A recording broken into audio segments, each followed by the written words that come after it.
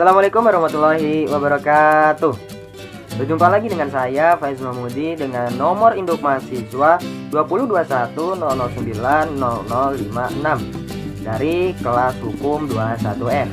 Nah, kali ini kita akan membahas tentang manajemen keuangan. Terdiri dari dua kata, manajemen dan keuangan. Manajemen adalah sebuah proses mengatur, mengelola, mengendalikan secara efektif dan efisien.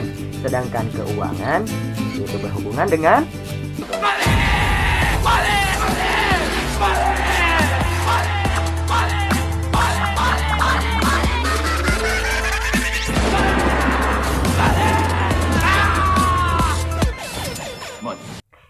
berhubungan dengan uang.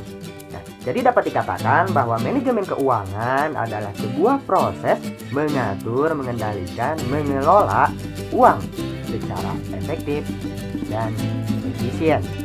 Nah, pembahasan lebih lanjutnya mari kita saksikan video berikut ini. Check it out.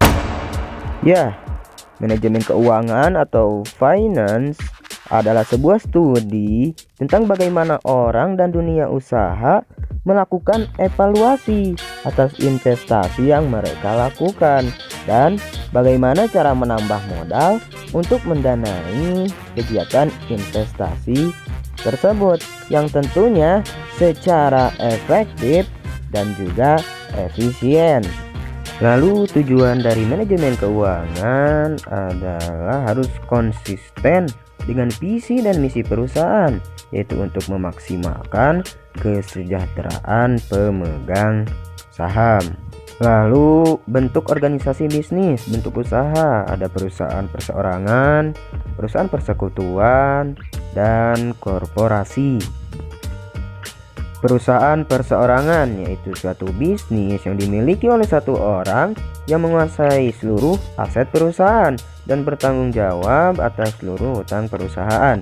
Nah, perusahaan jenis ini biasanya menambah uang dengan cara menginvestasikan modal sendiri dan dengan meminjam uang baik dari bank atau dari pihak yang lain.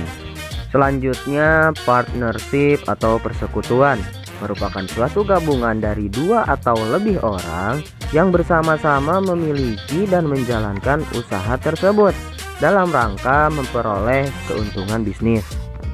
Nah, di dalam limited partnership terdapat dua kelompok partner, yaitu partner umum dan partner terbatas. Partner umum menjalankan bisnis dan menanggung kewajiban secara tidak terbatas. Sedangkan partner terbatas hanya bertanggung jawab sebatas pada modal yang diinvestasikan saja. Selanjutnya, korporasi. Bila dibutuhkan uang dalam jumlah yang sangat besar untuk membangun suatu bisnis, maka bentuk organisasi yang dipilih adalah korporasi.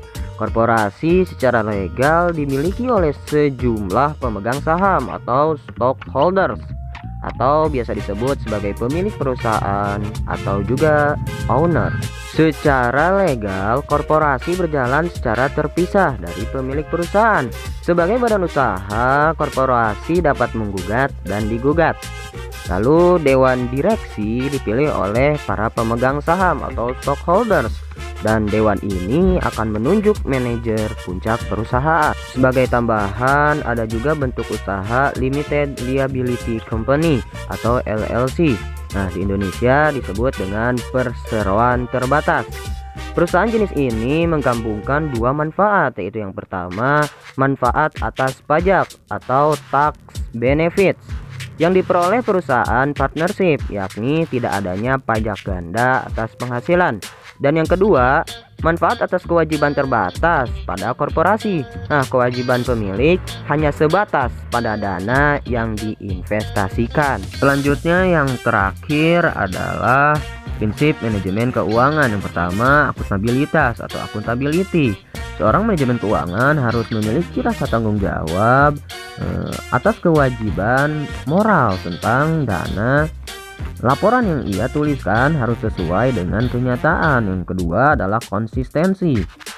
Seorang manajemen keuangan harus memiliki kebijakan yang konsisten. Lalu kelangsungan hidup.